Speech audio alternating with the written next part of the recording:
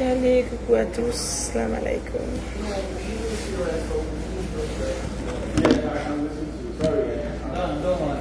I was saying that this lady in front of me is the president of an association and NGO from Guinea. It comes from Guinea. Yeah, it comes from Guinea. But he is here today to bring someone, a Ghanaian citizen. He was living in Guinea, but he fell sick, and that's why he decided to bring that citizen in his country. He's outside, but since he's coming across some difficulties, like she doesn't know where that old man should go. He's invited her to come to Ghana. Voltarizio. Pando. Voltarizio, Pando. She received authorization from Ghana in our country. Yes. He has the document here. He's the document. So, but the old man is outside. Now, she doesn't know how to do or what to do to send to drop the old man into the family. But the old man lives in Ghana here. Yeah, he's a And the Ghanaian. old man is at Pando. No, he's here. Eh, He's en fait- outside. So he's going to Pando. Yeah, family, yeah. So he, Mais on vient de la Guinée. On vient de la Guinée.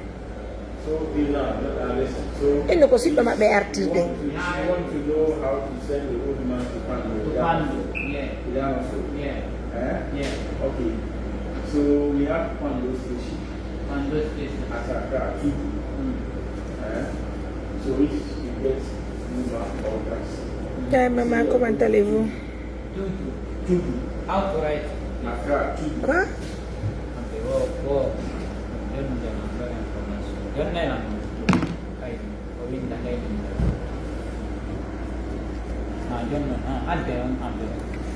Elle m'a dit vite, non. Et yo, c'est mieux parce que les documents qu'il faut reconnaître là. Ah, ouais, de window bar, oui, chérie, window bar. Merci à tous, mesdames, messieurs. Il y a une dame qui a envoyé la nourriture pour le papa parce que le papa voulait du foufou. Donc, elle a envoyé de la nourriture pour nous et il y a l'étudiant qui est venu. Franchement, quand j'ai vu que c'est... Frère Abdul, ça va? Comment tu vas? Ça va. En tout cas, c'est l'image du pays. Merci à vous. Je veux tellement me reposer, mais j'avoue que le voyage du papa, là, ça nous a tellement fatigués. Ouais.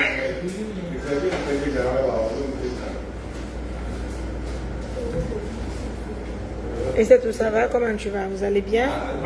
Partagez-moi donc la vidéo. Nous serons obligés de le laisser avec les autorités ghanéennes parce que nous sommes même avec l'immigration de l'air.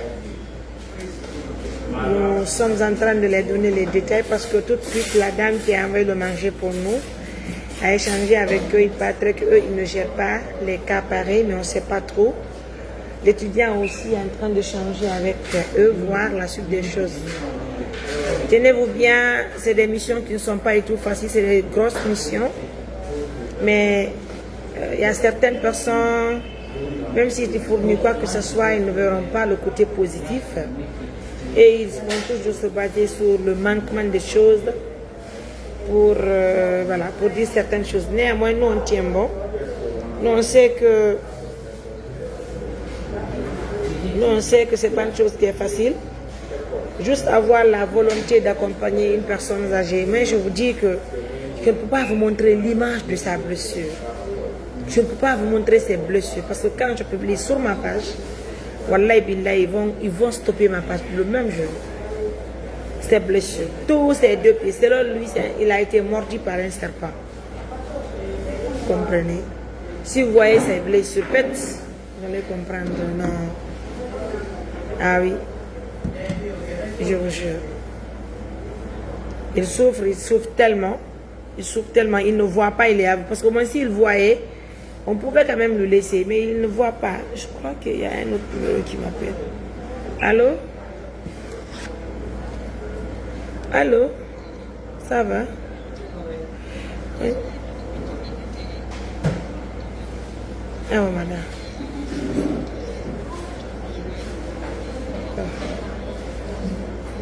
Bring it back. Bye. Aéroport. Mais parce que donc tout ça, donc nous sommes là, dans un aéroport. Là, nous sommes quand même en sécurité. Il n'est pas dans de bonnes conditions, ça va quoi.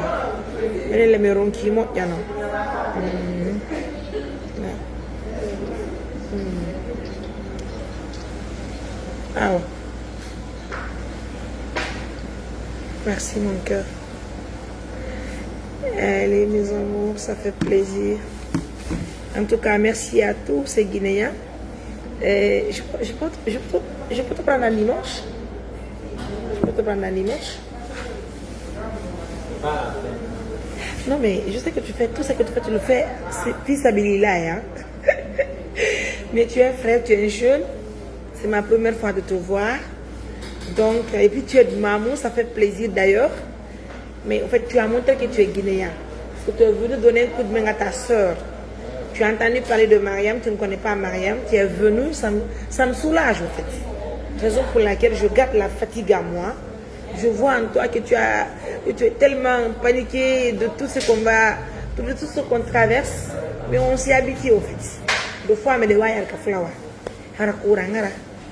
Comme message de téléphone diamène, mais watcha des live, mais watcha nous sommes épargnés au fait.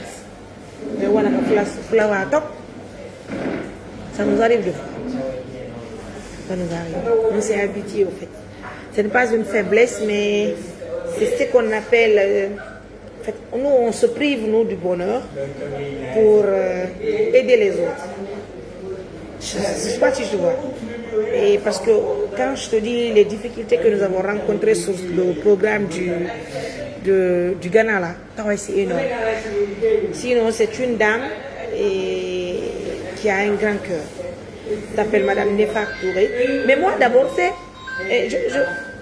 L'autre est venu. Mesdames, messieurs, laissez-moi vous expliquer un peu comment j'ai rencontré le papa.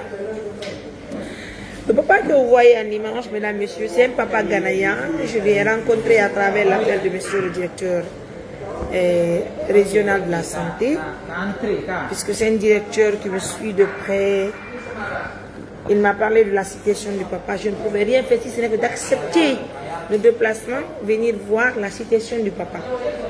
Il est arrivé à l'hôpital. Il faut reconnaître que les médecins ont fait ce qu'ils pouvaient, puisqu'ils n'ont quand même pas jeté le vieux hors de l'hôpital. Ils ont pu faire un traitement. Voilà, même s'il s'agit d'un traitement de 2 jours, c'est normal.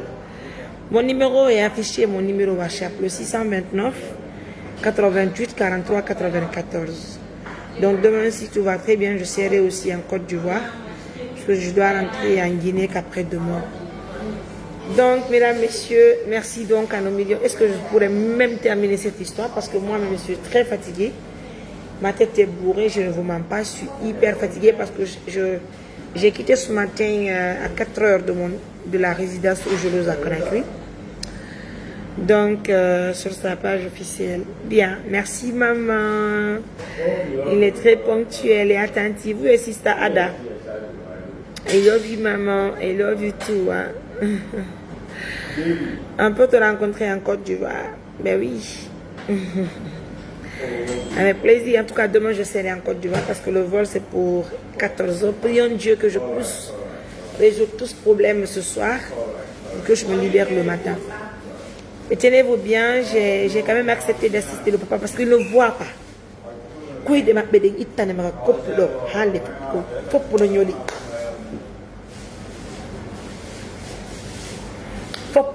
Tout est choisi. On s'est démerdé coréen. Et nous avons obtenu un document de la part de nos autorités guinéennes. Arrivé à l'aéroport, je ne connais pas d'abord mon hôtel en Côte d'Ivoire, je ne connais pas trop. Quand j'y arrive demain, si tout va très bien, je vais trouver un endroit, Inch'Allah. D'accord? Très bien. Alors, c'est avec un plaisir, un grand plaisir, que nous avons rencontré le vieux et puis nous l'avons assisté à travers le peu de moyens que nous avons. Voilà. Madame. Oui, oui.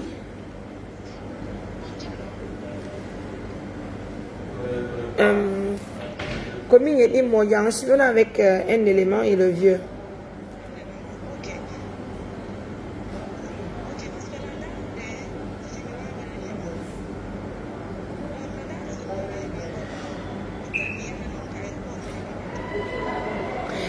Un hôtel, madame, andi lo si men qui hôtel men ngachata mo bendo andi mo bengo menen par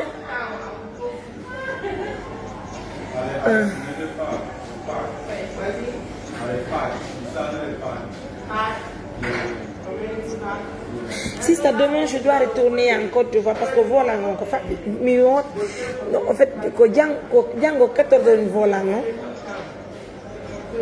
Tu peux venir, on va échanger s'il te plaît chérie.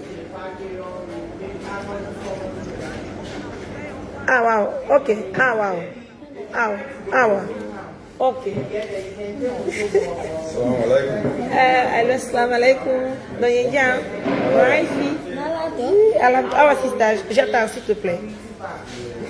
Non, gore Dieu, comme il y aura jangi. Comme il y aura jangi, tu viens non? Ok. On dirait un wifi. Alhamdulillah. Wifi oui. Voilà, bien du tout. Anditi la non Jonica, anti-beauty. Franchement, oh là là, ça fait plaisir. Wifi. Waouh. Moi, j'ai retrouvé ma copine. J'ai étudié avec elle à l'université.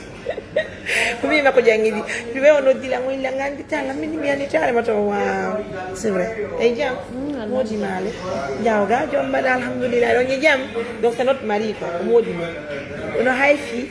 Ah, Dieu merci. Bon lait. Donc peut aller Jacques no yo today. Jacques li denga mi on a une mission Lola. Et Lola mi langal dire mes meilleurs amis à l'université c'est des forestiers au fait. Jacqueline, Jacques. Oui, même les forêts, je me suis rappelé d'eux. On y dit, on a ici. On a ici au moins, ya. Alhamdulillah. Ouais. Vous voyez, comme elle est dit, franchement. Yes, maman. Oui, comme il y a ma codjangi, franchement. Maintenant, il y a des promotions, 9e promotion. Téléco. Waouh, franchement. Pardon? Oui, vol encore 17h. 17h. Eh, il a 17h. Il a 17h. Qui est là? Allô? Salam alaikum. Oui. Et tanti. Miandi do yam.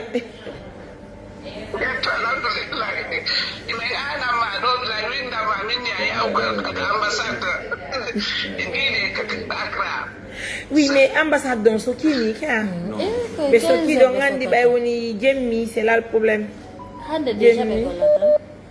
Oui, c'est le week-end ici. Il faut il y a une autorité ghanéenne. Oui. Il y a la police. Mais le Kalini, immigration.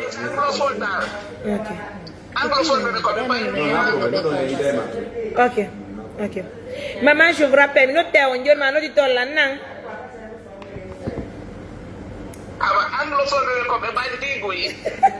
Mais nous disons un problème. Mais nous disons en Dieu. La marana va très bien, la marana a riconacri, la marana j'ai aussi conacri. Il y a aussi Sœur Anka de Omeme Mamou.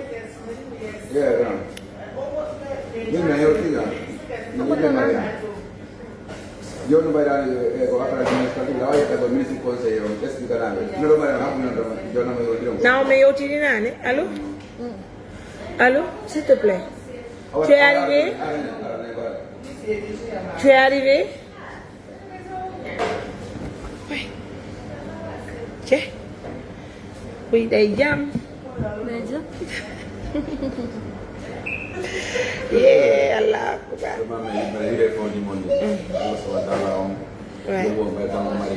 Allah amin. Yalla burtu mu dingal. Futuna kade gode men buy lola go ton. Di jangudu ben kadi. déjà. Non tay be kabe ka joni no mission be ya ono.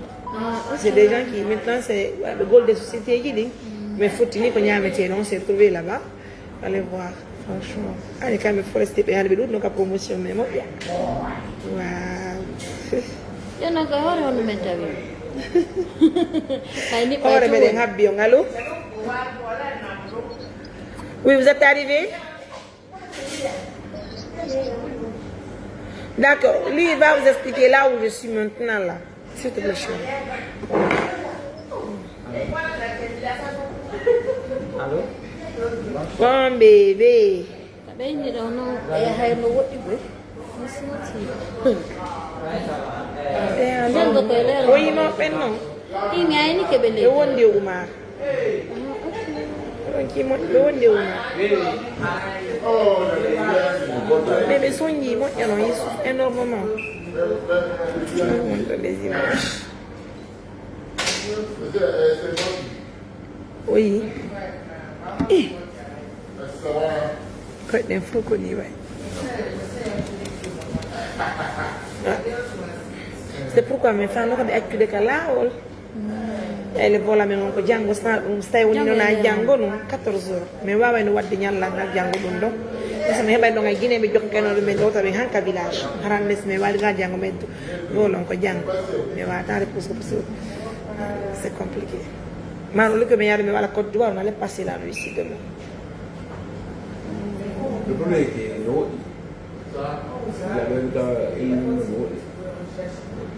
Ngandi no joni be kana e medo kambe mo halanda sna no bedo e ma no bedo ko halna no bedo kay kambe wadi mabbe wada dun do e ma dari dun do acci mi walla be fi yalla mi no amana be wondi gabe aw jabu do honna be inna be aji ma inna be ene no honno mo be anda contact be no bidda mabbe on joni contact me on non ko hakkunde jaka ko hakkunde ko Lomé ka ko Togo woni jannugo ko jiwo gaccio be mari mais be andi wo hanka village anta be ne bi ya ko yigo yo be andi wo hanka village mabbe wo sœur mabbe no ton junani do ko wena jonno wo on non men tanti numéro impossible la fekk ha joni men tanti ha meron si o sanjali numéro parce que be ro se be ngacci no beton Sana na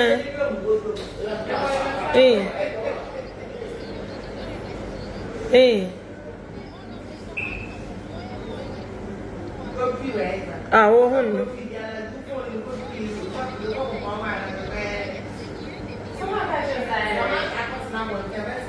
ah wow, je t'aime amour. Oh là là, franchement. Les Guinéens, franchement, il y a le bon amour.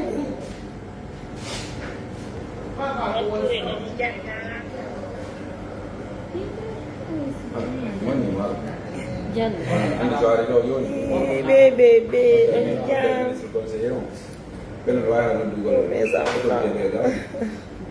allô, assalamu alaikum.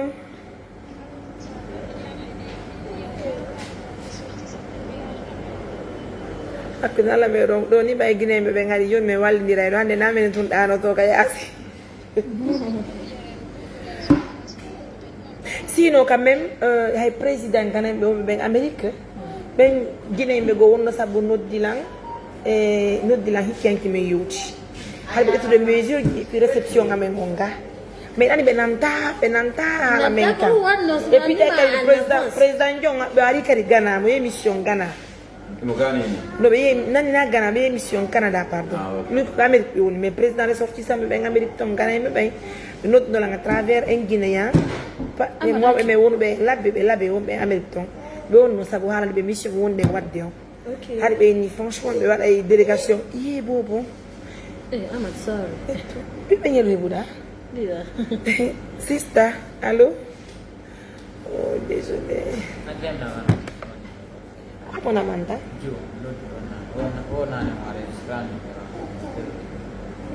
Ah oui, fino là, né? Non, mais mi sono plus. Mi sono Ok, plus fino bene, con a registrare, né? Ok. Beh, registro me. Passeport a me, non va di.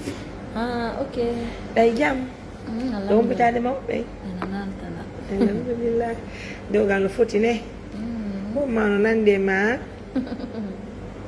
Ça fait plaisir de retrouver en tout cas ma copine. Je te suis depuis Abidjan. Salut. Je suis intéressée par les malades de vision. Oh là là. On a bien numéro ma. Oh donc elle est étudiant en doga. Ah, c'est gagné hein. Ai mudar de live moja. Iya, benar Ai mi ga habu con mi connecti. Mais mi ala ni ma fiodo, ka. Mini numero ma woni j'ai trop d'appels. Malheureusement mi hebi on kono to tala halla ye activité. Donc mi ari ya registrare il numero. Mi perdi non giorni anda come a retrouver lo numero parce que j'ai trop d'appels. Dai, mi nabi di dino. Mi alzo. Odo mi odo mi attiala minni mi hala ka live. Minni gore janno gamo do dana ko akra gamo mi ren jangi ka université. Mais mi anda hono mi di tan numero ma. Ay tout mi hinale mo do la mi Dieu merci. Dieu fait bien les choses. Vraiment. Sinon, vous savez que vous connaissez tout. Alhamdulillah, hido momo e danko do mona. Wallahi, dewgal do foti. Inkare ko modan uti dan an kay report. Do di mi mata ko na kri. Franchement. Et puis modan wo Mariam nami au village. Il est connecté, il est en ligne, dit moi je dois pas aller au village. Voilà. Oh non, mon mari, quand je vois ce qu'il a fait pour le vieux là, ça me reconforte, ça me donne le courage de continuer mon travail. Voilà. Mia Modian, lui-même, il porte les gants. Voilà, voilà, on arrange mon bé. Il occupe mon bé, mon bé, il est son beau. Je suis fière, mais déjà, toi, on est tranquille, quoi. Tranquille, ça ne pas pour les voir des fois. De maman qu'on a écrit, c'est mon mari qui gère avec Oumar. Voilà. Ça fait plaisir. Allô? Oui. On y a.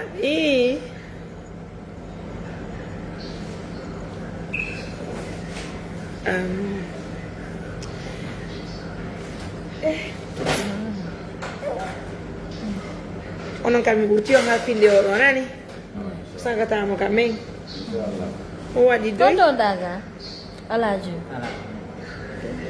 mo ar kan kadi fi anglais o no itu ya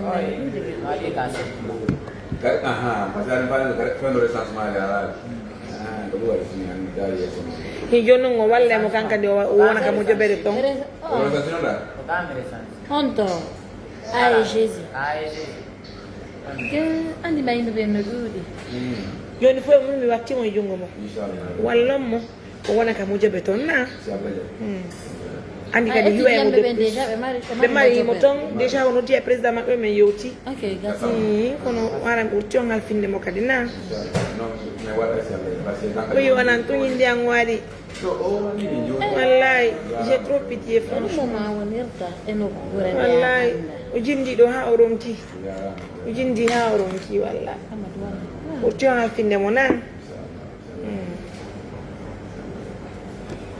ay bi joni gaay ay bi do musibe ka Todo ndanya ngide tas ne Tas. ne bi ko ardaga 2018 ay nani do mo mariage ala andi ko 2017 are ngena ko jommadato are ntongore déjà oui ko gaynde non 2017 ok mi ko 2018 en mars après arda do nebi 7 ans Alhamdulillah, Dieu garde le foutu, hein, chérie. Yeah. Elle est pour ça, compagnie. Non, mi parla di un Ok. del ministro consigliere. Ah oui. Quando campo vai dove vediamo dietro la situazione con i moni. D'accord. Alhamdulillah. Era un cangaran dove lo so di piare tutto. Quando vai a passare. Harani ko fa di jangon. Poi ya, due sono altro tema che anche io vai a prendere disposizione. Non, mais les Guinéens, il y a dit que nous sommes très sociaux. Ah oui, très social parce que normalement, Ko wat na. Ala de mo. Ada le do kan sama do banja na. Wat na. Never.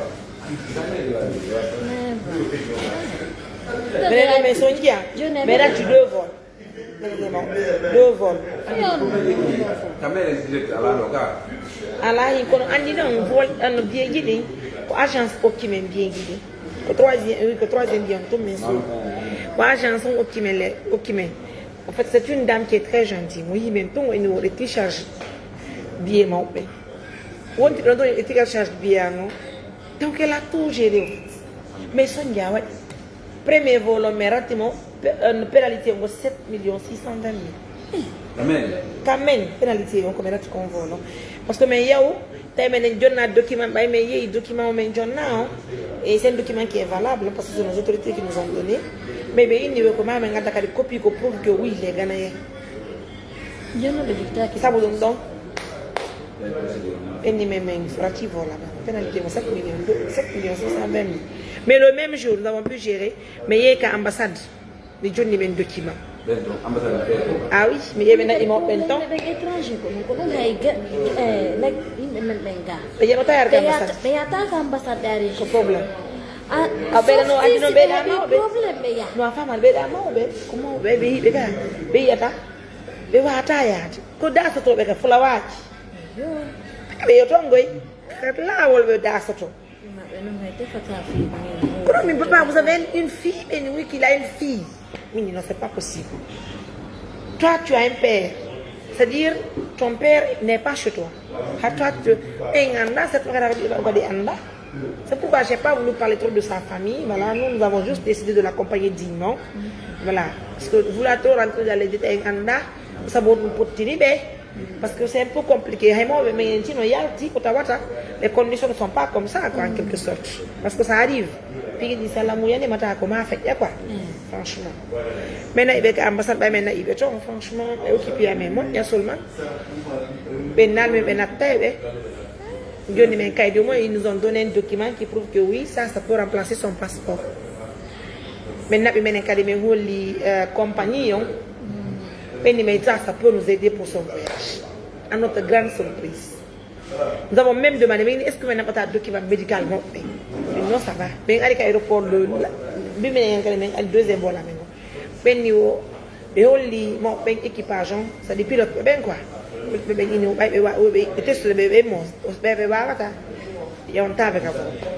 interdit. Comment avec un document médical?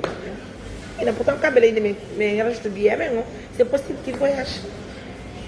Le jour encore, même pénalité. Deux vols. On y panique. Finalement, le même jour, maintenant, parce que médecin ils ont tout repris. On a un document médical, il a fallu que nous accompagnions, la médecin,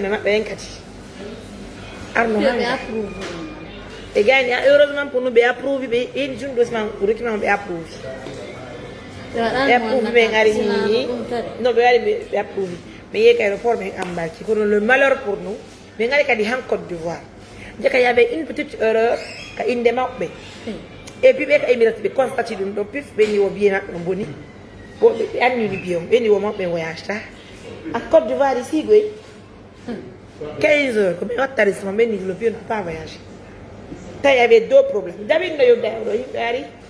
y avait deux problèmes. Premièrement, il y a un test à national voyage. Il y a un dossier médical. Il faut qu'il se lève. Il peut marcher avec sa canne. Il est vraiment mon peigné. subhanallah on Allah walila mi Allah ko Allah walila mi be ubli on problème ma donc indi ko mobbe yo immo be ardi ka biye mi concentré ka biye beni biye mobbe mo ya inde mabbe no falji don figo a ko chiffre ay ko lettre beni wolo biye ya ni wili wala ni ko mami sotta biye go mami mobbe njewata ils nous ont vendu le billet là-bas $300. Ma mobbe njewata tellement sonja Côte d'Ivoire o mi induma mi dino joni min ni Oumar Sy woni me ngadi yara na men ngardi Accra parce que bo be woni abdi ala tawata do arde gajo j'ai appelé l'agence finalement nous avons acheté quand même mes soeurs de billets maintenant à $300 si ben jawne me do kadi men ngatti men yowti do kadi ay no me yowti ben no yini me on doit payer $300 fi nabugol be ka village $300 harako avion aller retour auto $300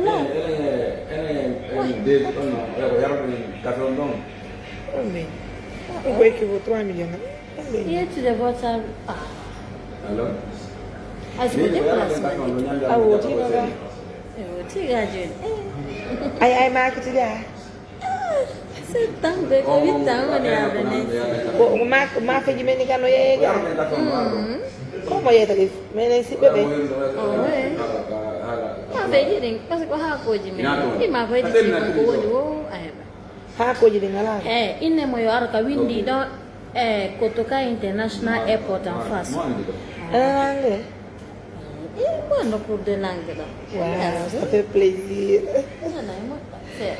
oui Allah alhamdulillah et fait plaisir wallahi l'autre aussi notre ami là ande njangutu no kade on Diogo elle est mariée au Bruxelles woni Hassanat elle soutient bien mes activités wade zakayi mudi makudi kawanji franchement elle me soutient bien Hassanat ya ko yego no siuta godo kadi ma fekkil no ko munya gol fatu de na wallahi Aida ya bakam ono kono mamu on ton Fatma tasu andi ko be kawma hasu on do mede yidde mojjana do mede yidde ko jibini do hari mi ala mamu e mede yidde sir ande on ko don woni gollude ay kadi ande on jaje makko pede ko to ni mo jaje makko ko fetti na mi anda no hasana to do andi ko kaw be dajo mi andi andi no go université waddi voilà c'est vrai c'est pas facile andi ari yimbe be no duri kadi ma promotion men ha sinama men andi ni to ni no worbe mi anda surtout kade radio na base radio kade c'est pas facile parce que min ko Jacqueline non to Jacqueline est mariée là-bas mon maman parce que Jacqueline maman oya mo formo andi mo andi Jacqueline ga andi mo be buy ga beton oya goddo gon ton docteur jonno oui la laboratoire go woni j'ai retrouvé ma copine ma CP c'est que j'ai même oublié d'abord l'histoire du vieux là je parle maintenant de ma profession quoi je te jure et ouais bien en photo madame là non mais ouais comme mariage ka ouais mo pale yo mo ke winte mi egiti je peux classe mais non nyakaso honto mo nyak me anda honto wallahi yalla nyakaso ka ba ya sfera be buy be ya ono wonno be kona andi tay de ngeni ni birano be buy be yalla mi anda honto be fop mo ni o be no kana kri ba be kadi yalte yeah oui de mo ne kadi jangude kadi pour ce que dane joni dane jo ka rabbudu on non kanno mamu ko mo mamu mi andi hayne me yawtado on no mo yide mamu et puis lui là il travaille bien ayne me yewdo oyna qu'il est toujours là oui il est à mamu on no mo mamu ngane ne wono lawni Mariam tu m'as pas reconnu mais je t'ai tellement reconnu toi là mais vous allez beaucoup m'excuser moi j'ai retrouvé ma CP de l'université Téléco là donc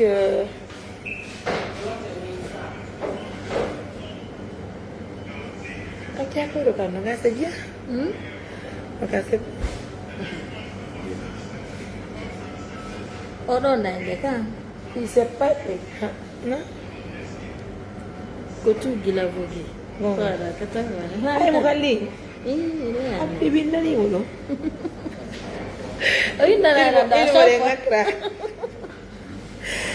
Mais oui, je suis à Accra, je suis avec ma CP mondiale et j'ai étudié avec elle à l'université. Et je remercie Allah du fait qu'elle m'a reconnu sur les réseaux, elle m'a écrit. C'est elle-même qui m'a informé qu'elle est à Accra et puis elle est venue avec son mari me dire bonsoir et m'a porté un coup de main à travers cette mission noble que nous sommes venus. Et c'est cette mission qui nous a fait venir ici, hein, il faut le reconnaître.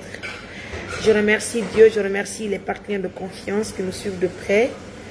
Plusieurs personnes en ligne, uniquement pour nous suivre. Tout à l'heure, on était plus de 2000 et quelques personnes en ligne. Mesdames, messieurs, vous attendez quoi là? Un peu tout le monde son visage. Oh.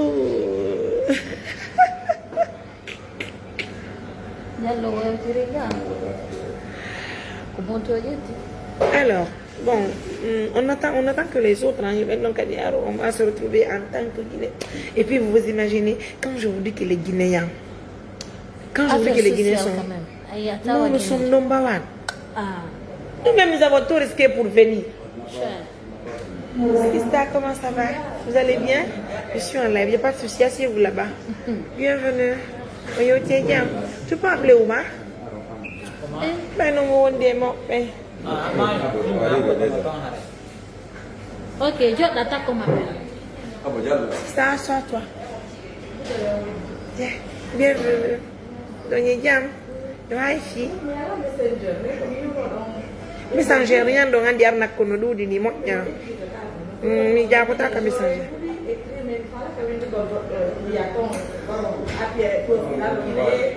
Non, c'est pas grave.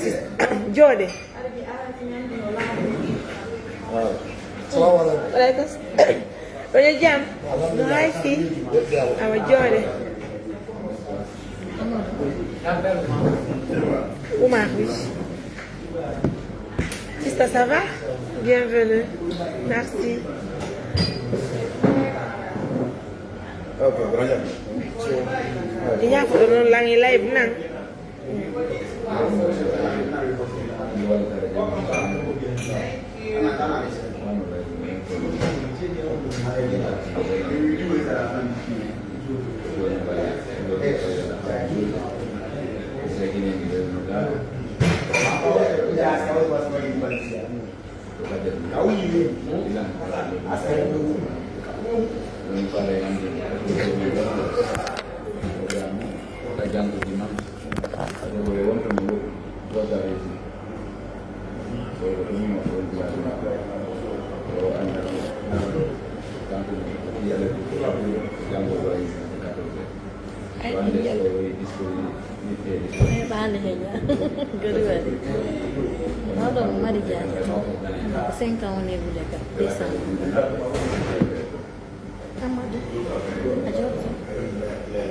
Oui, il fait tard.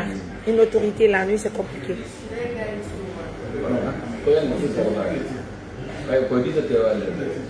Mais en tout cas, avec les autorités, ça va être compliqué, non? Autorité Benguemma, ça va être compliqué, quand? Surtout à l'ambassade. Mini, oui, béhalo aux filles, nous devons le faire à l'ambassade même.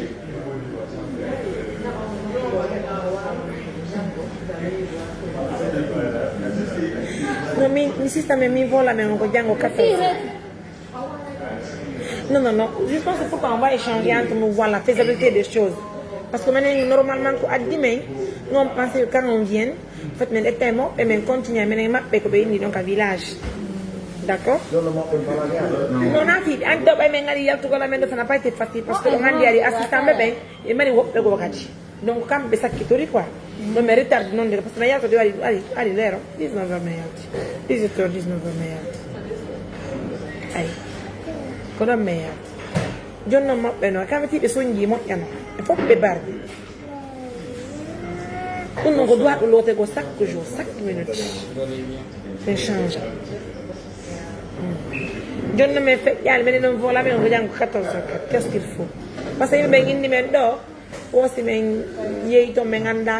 c'est pas chose. Je me suis dit de faire un live, de faire appel à la population guinéenne walli to ɓay ko jemma sinano kay jemma no moi j'allais même partir à l'ambassade kono ɓay ko jemma mi wata yagol ko ambassade c'est pourquoi j'ai pas été oɗo ko Ouma il fait partie de l'ONG miñana ko ardi ɗo tugol moɓɓe ma sen mo pa son mo para nga jam Oui, alhamdulillah. On dirait ok sista e ɗo mari Yekan. je suis désolée pour le déplacement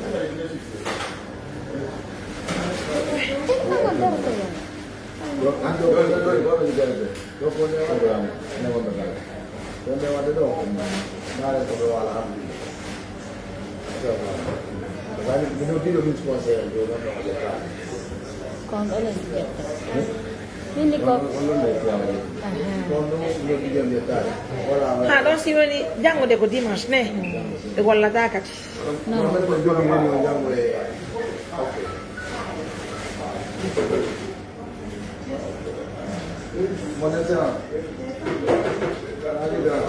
oɓe andi ka village par ce que sa fille woɓidema ɓe on ko Togo ka frontiére woni oye donc frontiére ɓe woni jannude son numéro nani toujours pas passé avec Mo fare aeroport na iki a perso.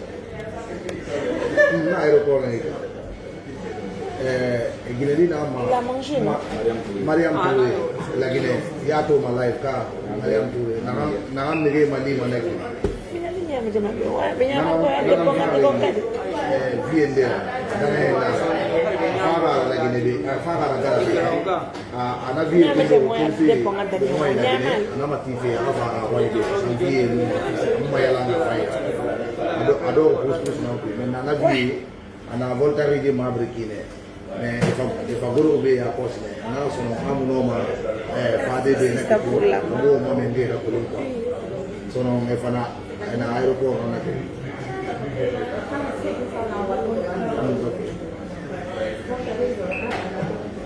okay No. No tampoco batalla. allô ah oui oui tu es arrivé okay ah je donne le téléphone à mon frère oɓe no ari ɗo okay okay allo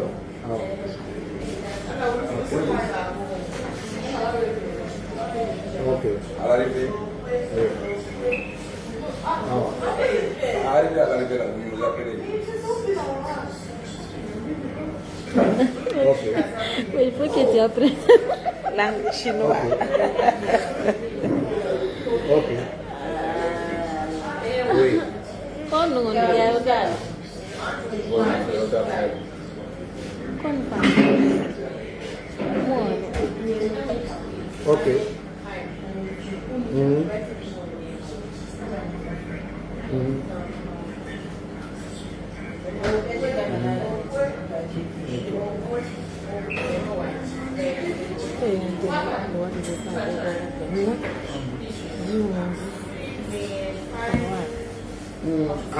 okay and based on nan tamma pasan ara fa be tu birin ala vie to mona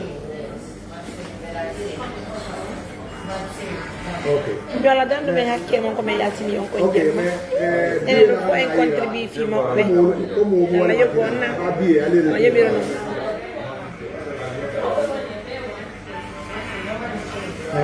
elle elle est là aussi a tungo na atina na ala mai bilentina 14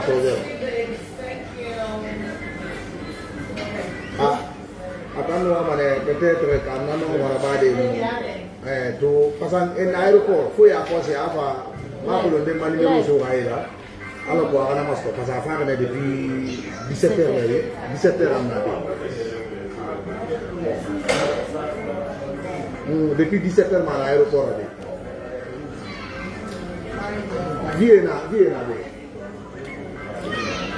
Viena comment va vie kele ne be aventurier na kele ne be environ de à 20 ans 30 ans fini e ɓe yimɓe no yiɗi jeeɗi Wallahi.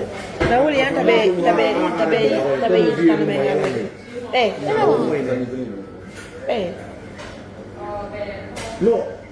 No, vie Sabona be yidi. Awa mana itu protection na avira bile ma. Allah hodin diri ya.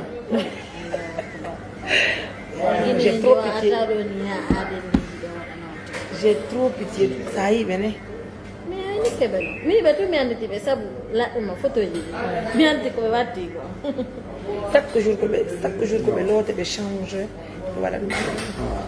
On est comme ay to me sans sabe con la ni ma ki. Elle farma singala ka. E gemma no. Okay. Come no le mono. Cosa fa? Vende no. Ai vorrei già andare all'università come ne andiamo? Oui. Un po' di macchina. Però così sta. Anche un po' Si sta una gawon lo. Oui. Ni se kay batte di kadi kan de ko. Kono sudi no hi attack. Kono sudi no problem. Okay. Sister, je t'ai fait déplacer la nuit. Je suis vraiment désolée. Onto wonda ga.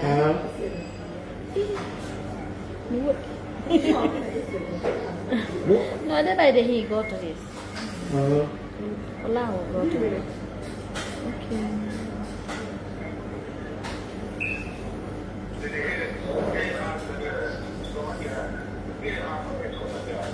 Okay.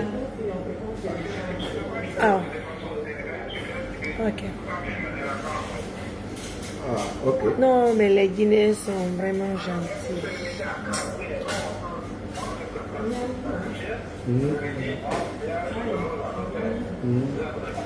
Quando mangi me ngomi nyama. Ni ko mangi me ngomi. Dès qu'on est dit mais moi je mange pas ça. J'aime pas le manger. Même ici voyage je me sens comme ça. Soit me défendre en rien. Pas comment manger. On est à l'aéroport, on a décidé. Mourir ma mère.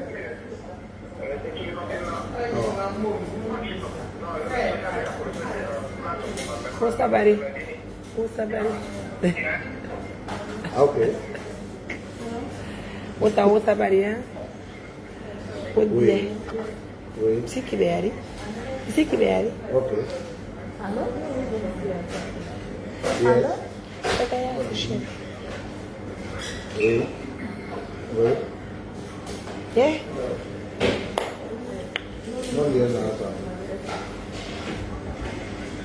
Alba. Dari bomba ko mandire mak. Amal. Ok.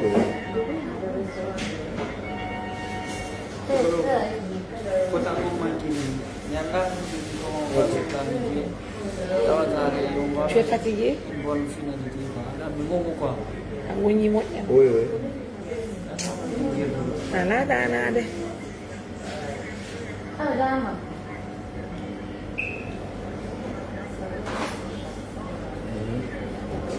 Alaykoum salam. Vous allez bien? Alhamdulillah. C'est vous qui m'avez appelé, non? Oui. De la part de Madame Barry. D'accord. Asseyez-vous. Vous allez bien? Ah. Oui.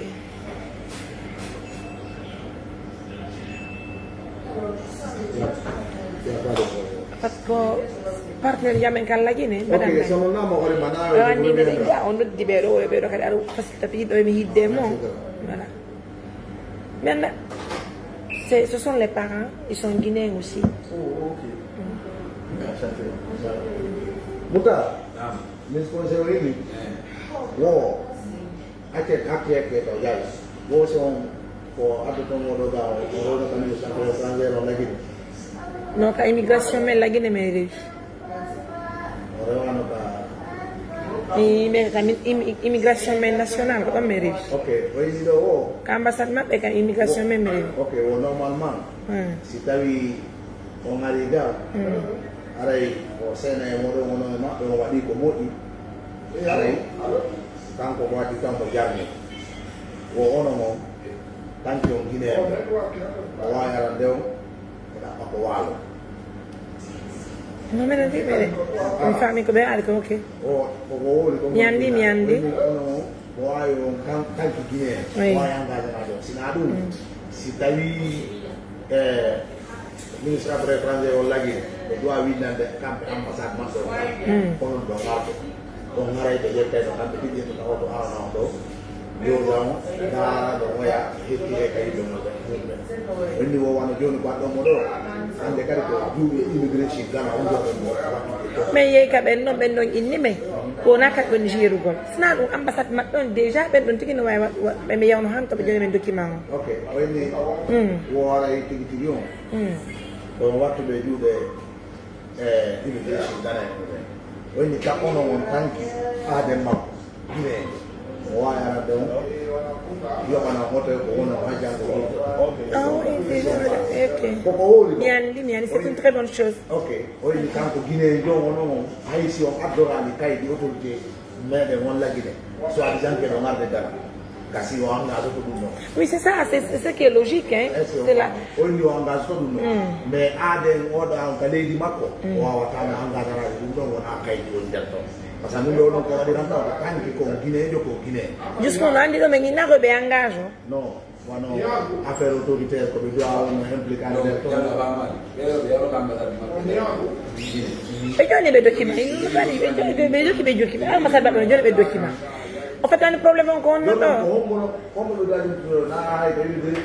non famal normalement menen mission ONG on par ce que minen meɗen andi douleur mo moɓɓe wondi on est ce que ɗon faltade si min acciɓe ɗo joni gana ko ɓe woni ɗo ɗo ni ko souffrance ko c'est à dire ɓe yeeɓa to ɓuuri ko ɓe yeeɓi ɗo kamen laguine maintenant fon faltike aɓe mi holla on un peu le papa là parce que ɓe iya o yiiɓe ɗo o yi e ɗiɗi noon koni si ça tu vois ça andi ɗum ɗo simi yaltini kan ɗum ɓe coupa e ɗum ko ɗum haya joni maɗa ɗum ɗo j'ai fait des émissions sur famille o yi ɗum ɗo koɗɗe maɓɓe ɗe fof koni way accident ɓe waɗina ko mboddi wo suppi ɓe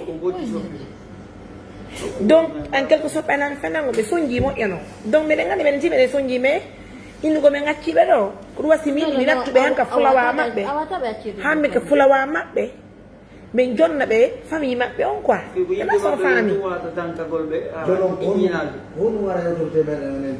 minen komin noddani on ko fi on wallito men par ce que yimɓe ɓen inni men si min ƴetti auto jemma ɗo min yeeyi ton min anda ton c'est pas prudent c'est la première des choses minen min anda ton ko moƴƴere min fala waɗɗugol est ce que ɗon moɓɓen inni woɓe andi goɗɗo gon ton ɓe andi village maɓɓe on quoi woko pando ɓe andi ton wo sœur maɓɓe no ton oui kono ɓay yimɓe ɓen déjà c'est pas prudent de sortir comme ça ko sabu ɗum ɗum faɗi ɗo so tawi wonana fi précipité fi biye moɗon on o wonani ɗo no han e leeli est ce que on faami so tawi na précipité yehe ga ambassade explique o ɗon ɓuri moƴƴu par ce que on ɗum wonano yimɓe no jogui ɗiɗo document ji fof so holliɓe ɗiɗo sonoji ɗiɗo document ji fof wonno ɓe andi wonɓe ɗo ɓen wona ɗumantoɓe ɗo a ƴette kamɓe tigi kaaro maɓɓe ko chauffeur de maɓɓe watte ɗum noon nattoro maɓɓe haɗa ɗum mais précipité mo won ɗo ni o par ce que oɗo wol ɗo ko ono on tum guineɓe ɓe mo wayana nde ɗaɓɓano hottede compte maɓɓe oɗo ko ministre conseil conseil mino dale on ɗo ɓe e son femme si tawi aɗana précipité fi biye moɗo gonno oɗum noon addi probléme oɗon addi probléme o ko weekend kadi sina ɗum min la wawi on yaade hanka ambassade hew ɗon explique o ɗon o déjà ɗum ɗon déjà min kadi siko bimbinuni amen yewtuno mi yayano han ton o est ce que on fami parce que minen en fait directeur national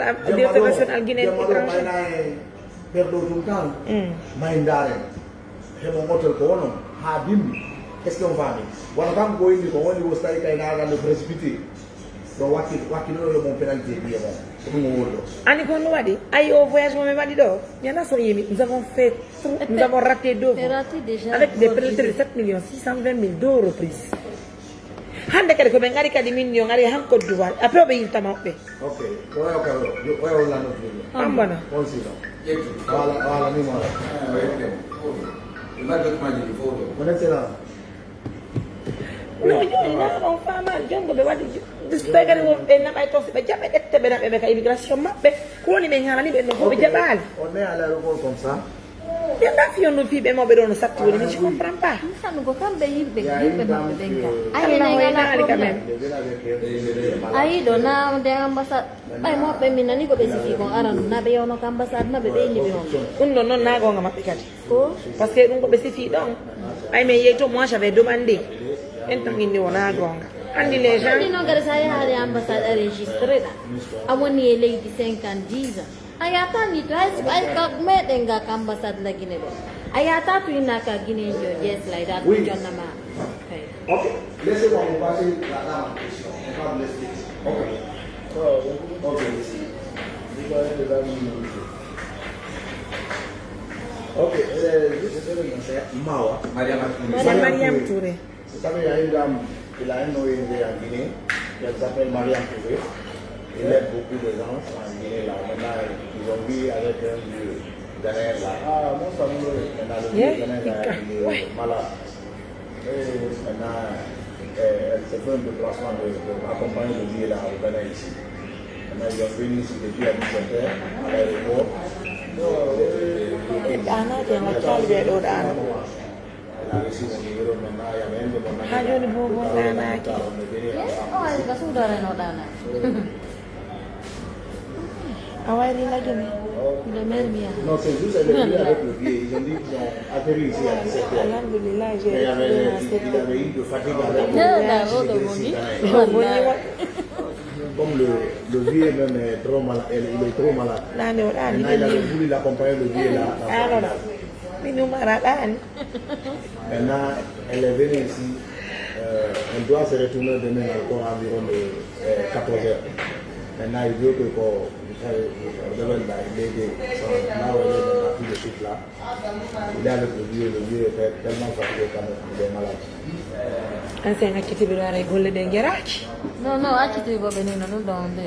Yanda penalité ji din ko jelu ma kono hare me wadi penalité. Hare ko son jabuti. Donc, je lui contacte ma famille Maupé. E on contact o ton do waya ko be wata ton hadi no sonde. Be no me ngaddo men etianga la fetbide. Moi chaque on jonno be mo be no andi wo. Adi men no de diretto. Elle avait dit qu'il avait un contact. Na numéro ganago numéro togo andi ko ka frontière o. Est-ce que non fait eta harako diretto. Maintenant, on va. Adi na re se fait. Ai le go go. Ai go no no frontiera. Oui, d'accord. Oui.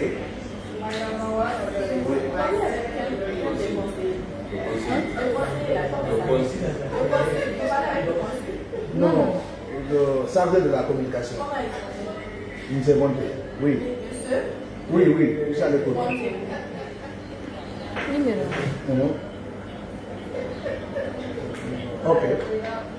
Ok. Oui. Ok. Oui.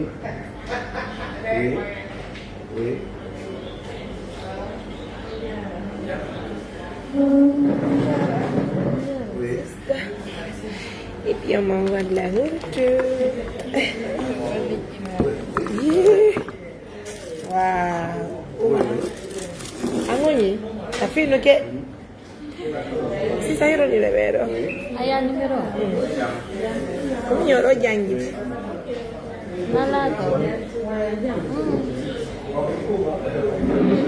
Come numero mi do ma numero mi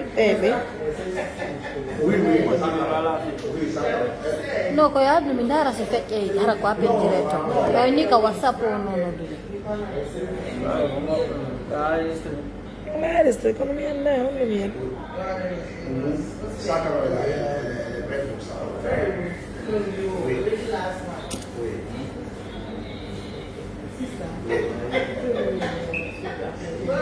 Ok. Merci mon père.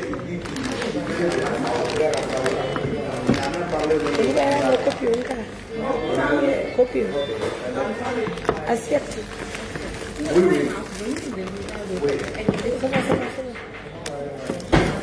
Che rado di qui a me.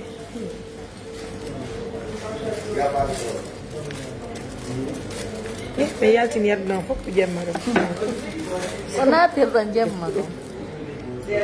Adi kaka di nit bay henya. Pene kada la wala na noye ka de lagi de. Ko pala kayo. Dua kampeda. Dua kampeda, di kampi gini ko pa lao kan dia lamuyo. Vous dites,